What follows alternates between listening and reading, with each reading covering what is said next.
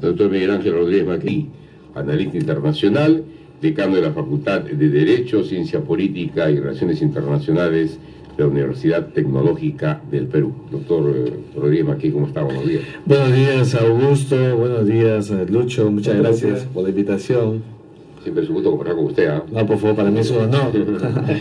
Bien, el tema de hoy, la bandera de Estados Unidos ya, por fin después de 54 años en Cuba, y la de Cuba en Estados Unidos. Hay sentimientos encontrados por parte de anticastristas y todo, yo creo que es natural, pero creo que también se llega a poner justicia, ¿no?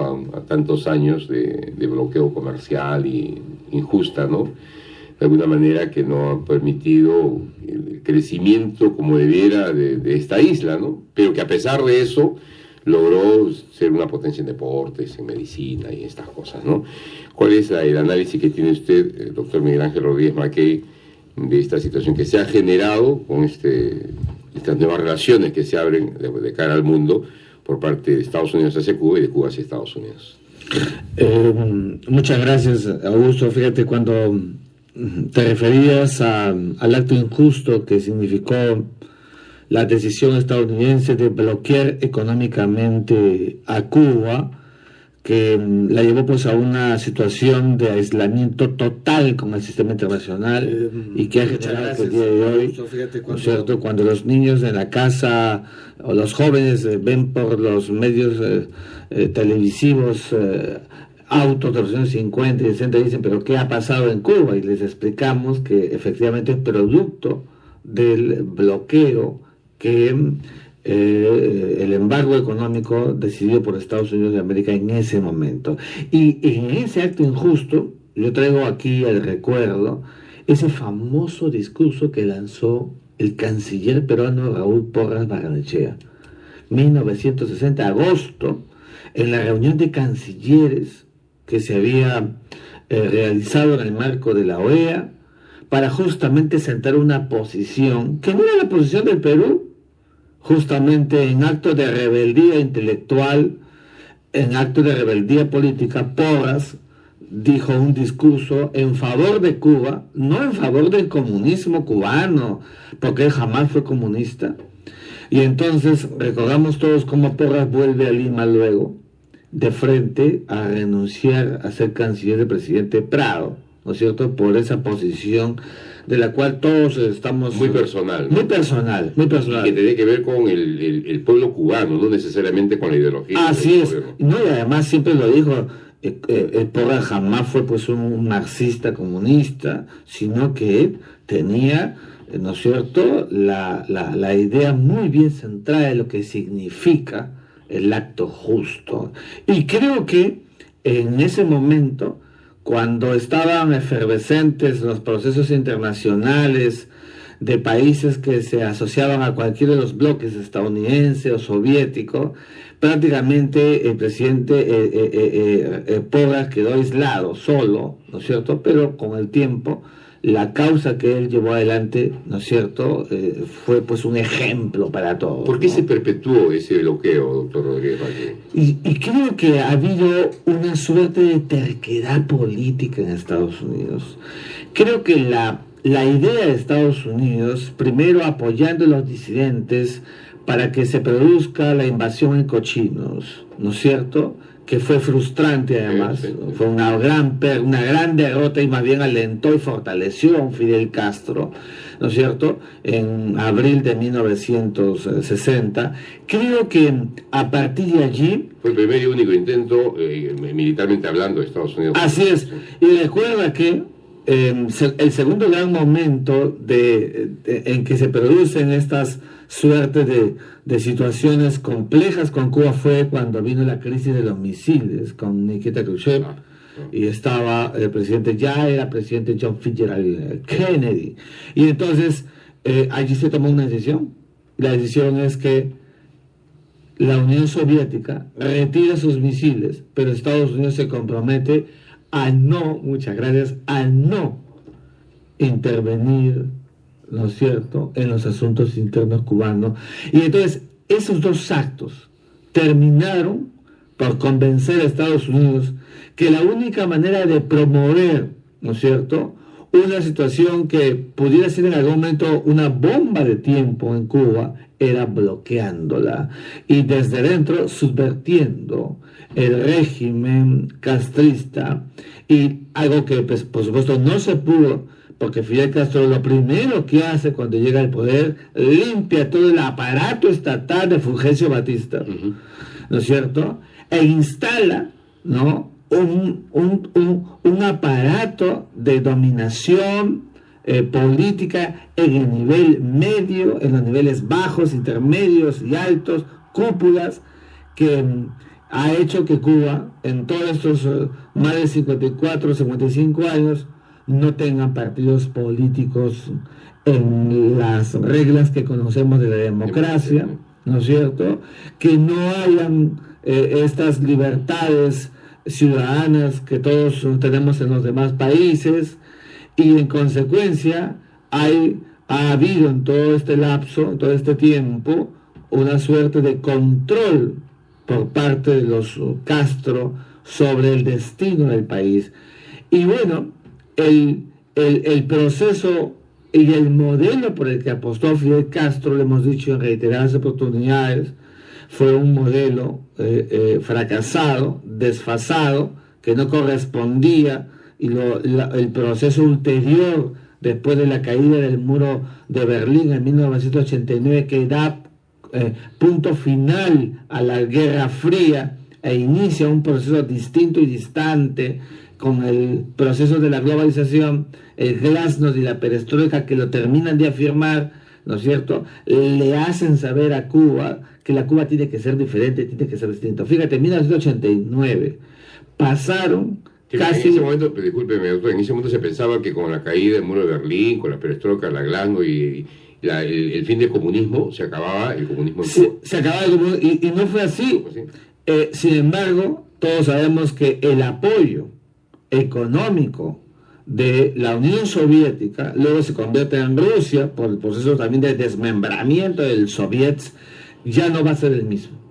Incluso hay, si te acuerdas, Augusto, Lucho, en los años, los comienzos de los años 90, la tesis de que Cuba comienza a asociarse al narcotráfico. Hay un ministro que Fidel Castro manda a fusilar por una situación como esa, para callar la tesis que venía, por supuesto, algunos también sostenían, maquinado desde Estados Unidos. Y entonces, van pasando los años y 15 años después, en el año 2006, un Castro ya mayor hace un reconocimiento, y creo que este reconocimiento es que el modelo del cual él había apostado es un modelo fracasado, y en consecuencia tiene que dar un proceso de renovación, y por eso se produce el año 2008 el traslado y el ingreso del hermano Raúl Castro. Entonces hemos visto pues una Cuba que ha transitado por la efervescencia guerrillera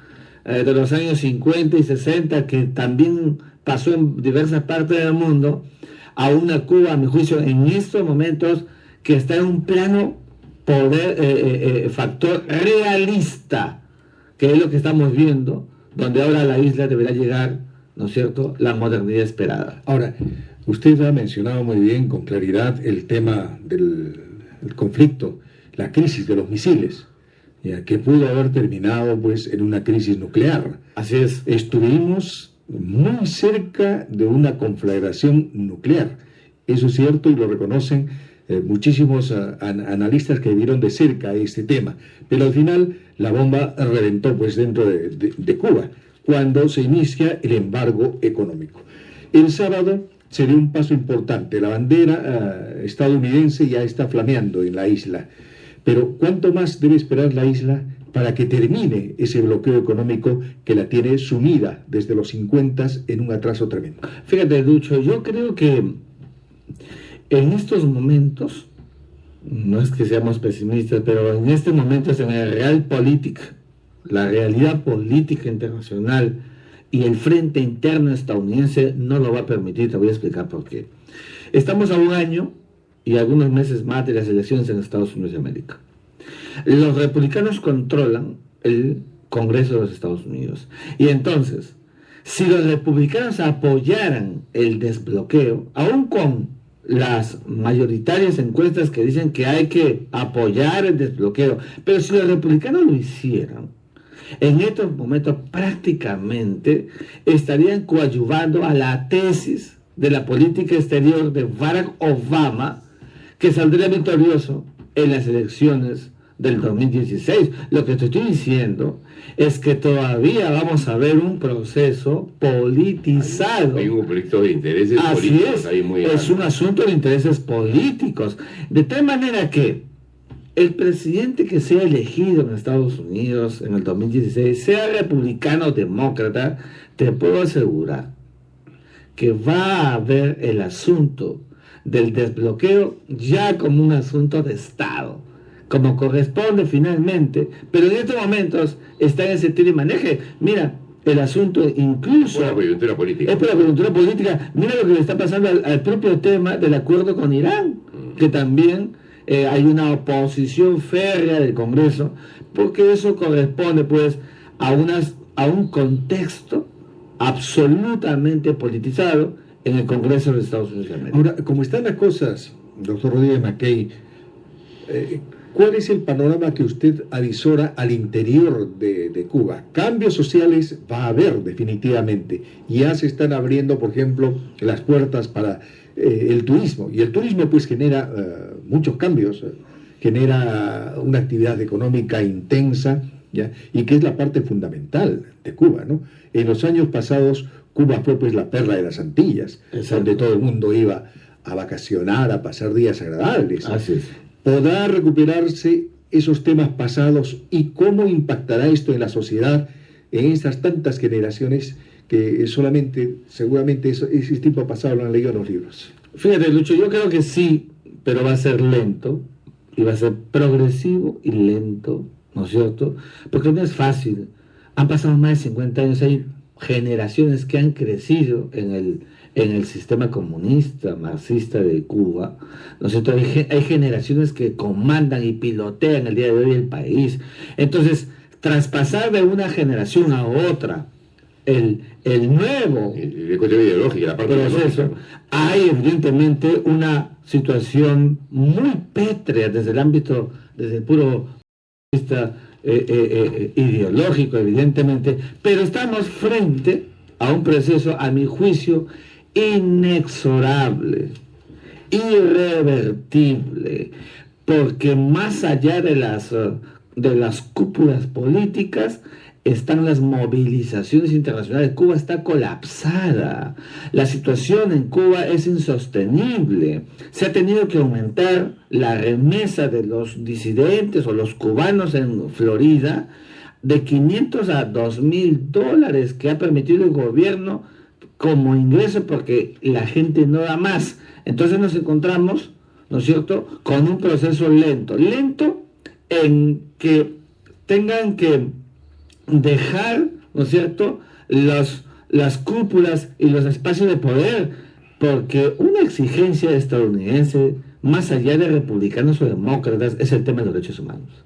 Esto es transversal, es parte de la negociación, tiene que haber evidencias en el camino. John Kerry acaba de decirlo en La Habana, que el proceso no será fácil. Está diciendo que ahora viene ver en la mesa diplomática, porque ahora el contexto es diplomático, asuntos álgidos. Está el tema Guantánamo, están las deudas que por un lado Cuba le reprocha a Estados Unidos más de 100,000 millones de dólares por todo el lapso del bloqueo, y Estados Unidos unos 7,000 o 8,000 millones por las confiscaciones y las nacionalizaciones producto del proceso comunista. ¿Cuál va a ser el interlocutor válido para Cuba? Porque estamos hablando ya de un nuevo horizonte, ¿no es cierto?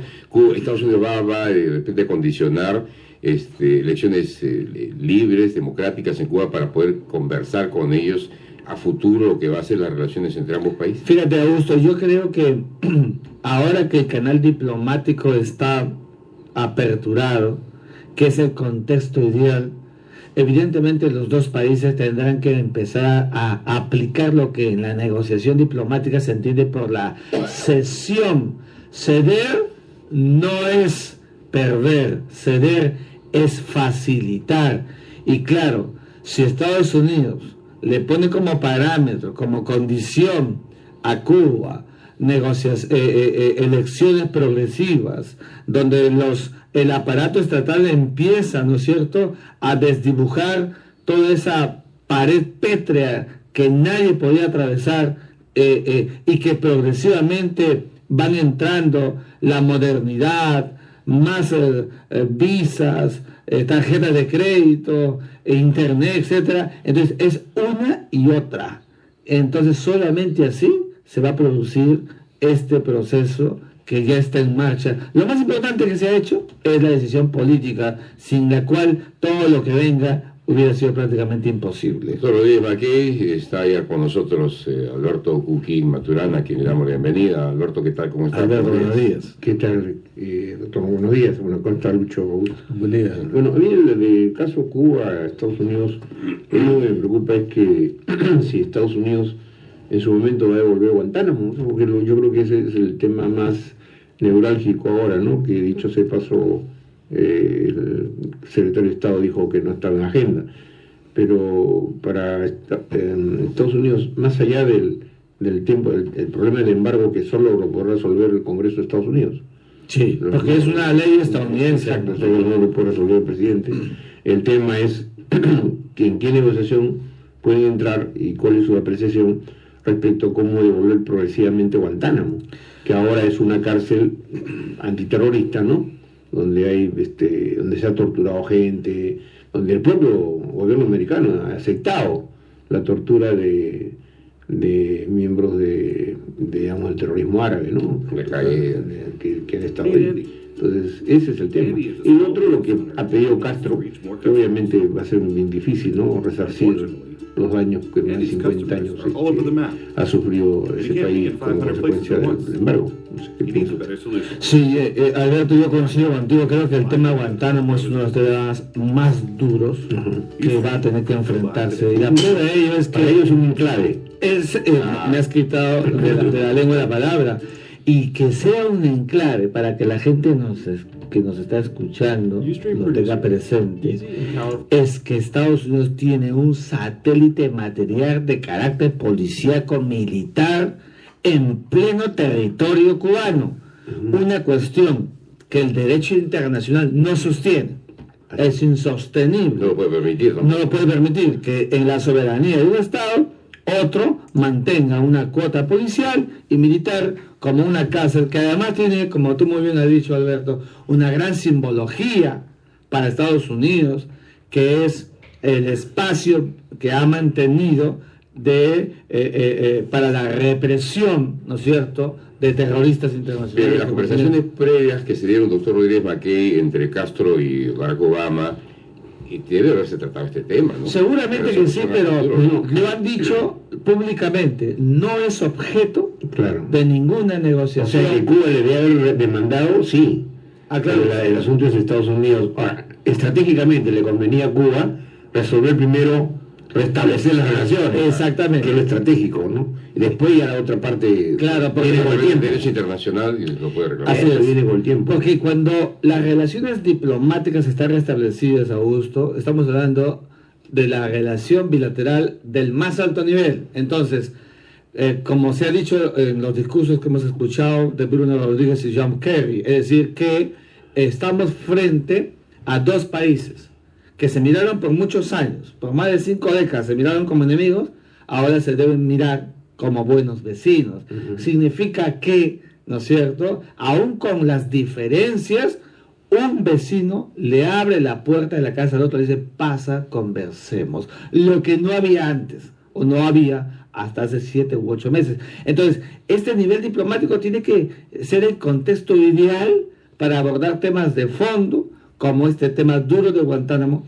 Pero estratégicamente Estados Unidos además ha dicho que el asunto de Guantánamo no está ni siquiera en la mesa. Creo que lo hace para ponderar lo que en diplomacia se entiende por agenda privilegiada o prioritaria. Entonces la agenda prioritaria es la que estamos viendo, que Cuba también lo que necesita y lo requiere, pero en algún momento se tendrá que ventilar no creo que inmediatamente este asunto, que tiene una ratio esencial con el asunto de la soberanía y el honor de los cubanos que están reclamando. Lo extraño es que en todas estas negociaciones un organismo como que de alguna manera podría estar presente, la OEA, ha sido casi marginada, ¿no? Sí, y Es creo que que ni siquiera ha sido tomado en cuenta, no sé. Porque es inservible la OEA. El Vaticano ha ingresado. El Vaticano ha sido el negociador, digamos. Lo que pasa es que mayor pronunciamiento ha tenido en este caso Naciones Unidas que la propia si organización. te fijas, Augusto, Alberto, si te fijas, el primero que marginó a la propia OEA estratégicamente fue la propia Cuba, fue el propio Castro. Ujú. Mira, quien ha liderado en los últimos años el CELAC ha sido Cuba.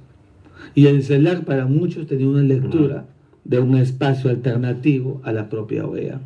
Y entonces es muy probable que no había pues esa química con un país desaforado del sistema panamericano que se generó todo en los últimos años, en el 2003, para que retorne, pero Cuba, teniendo todo el espacio, no ha querido hacerlo. Ya ha sido Cuba la que ya no ha querido hacerlo. Y entonces nos encontramos con que esa falta de química, de asociación con la OEA, lo ha llevado a buscar otros espacios, aprovechado por la privilegiada y con una tradición eficaz de diplomacia vaticana que todos hemos visto en los últimos tiempos. Ahora, la era Castro definitivamente está acabando, ¿no?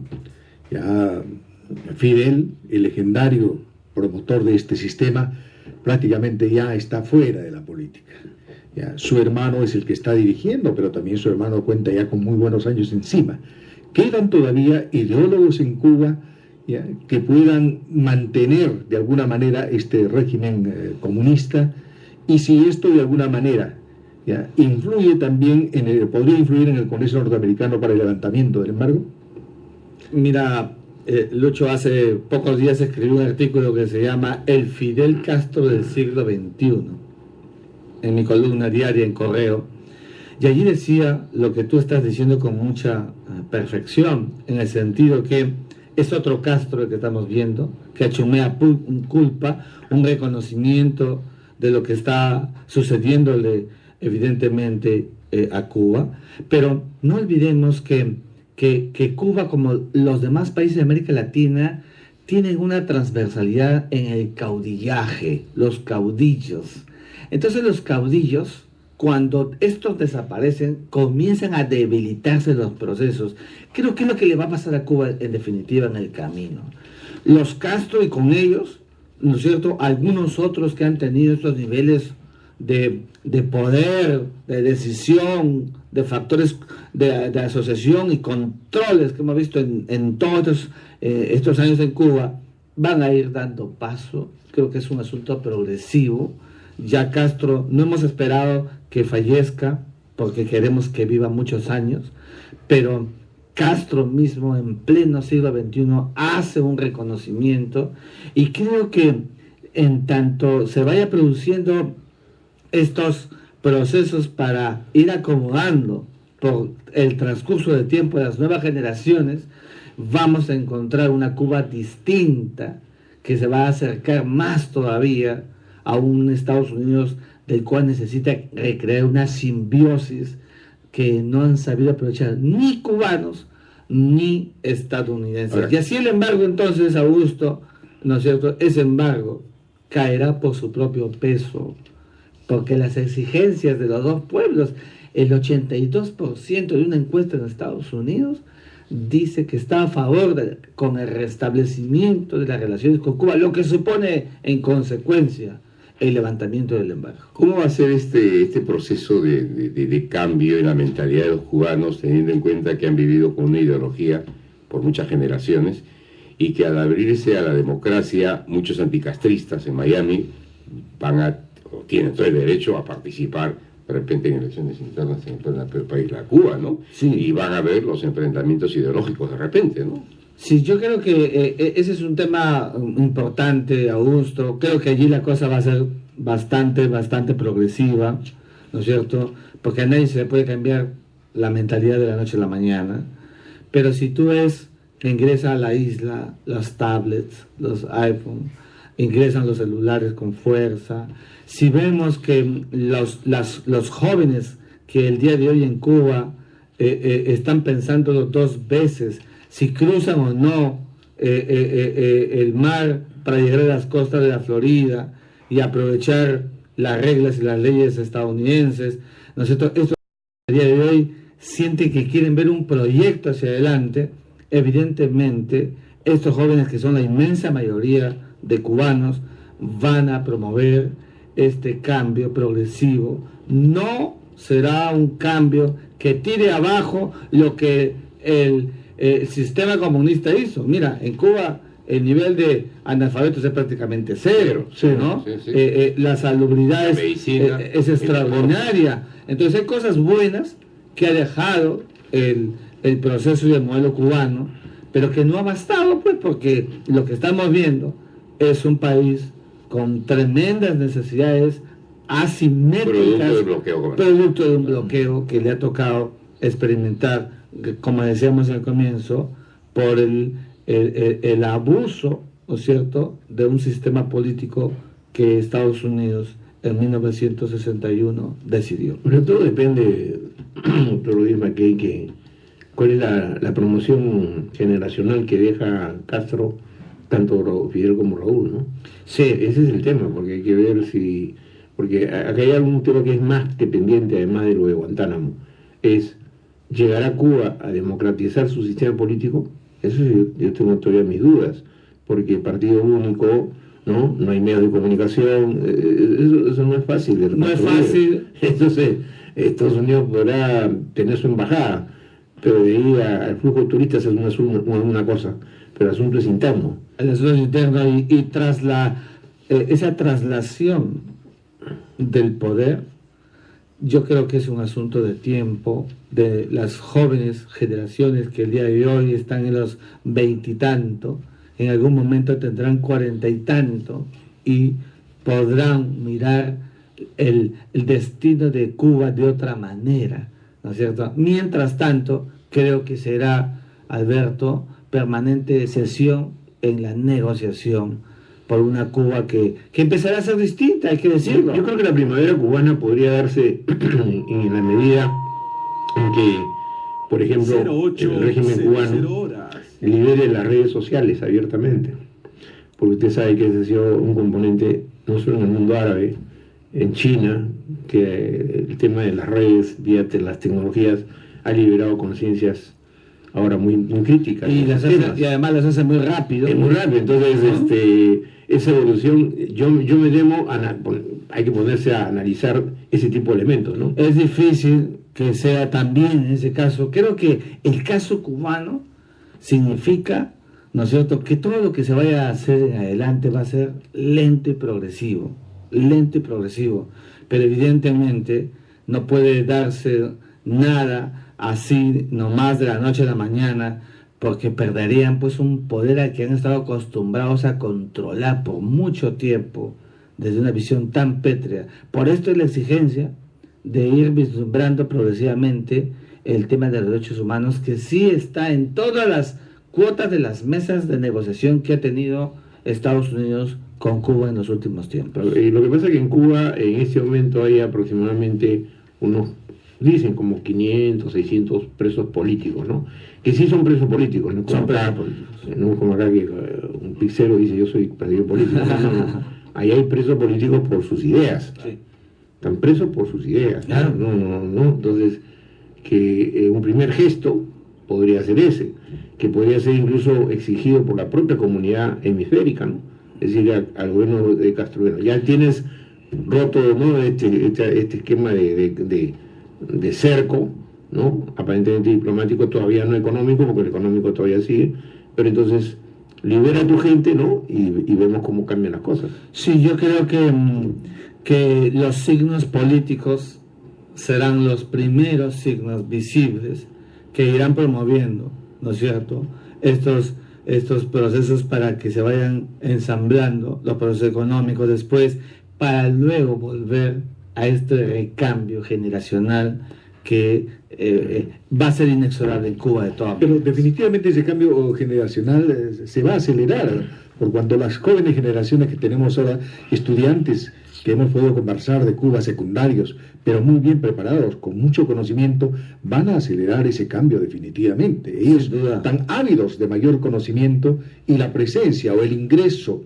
ya de gente de Estados Unidos, como de Cuba hacia Estados Unidos, eso va a acelerar definitivamente. Sin duda la interacción los va a motivar más y estos chicos de los 20 y tantos que hablamos en algún momento van a tener la cuota de participar de los destinos de su país y seguramente allí vamos a sentir el verdadero cambio que Cuba necesita. Doctor Miguel Ángel Rodríguez Marqués, siempre es un gusto conversar con usted. Muchísimas gracias. Muchas gracias a usted. Muy buenos días. Buenos días. Vamos a la pausa, control.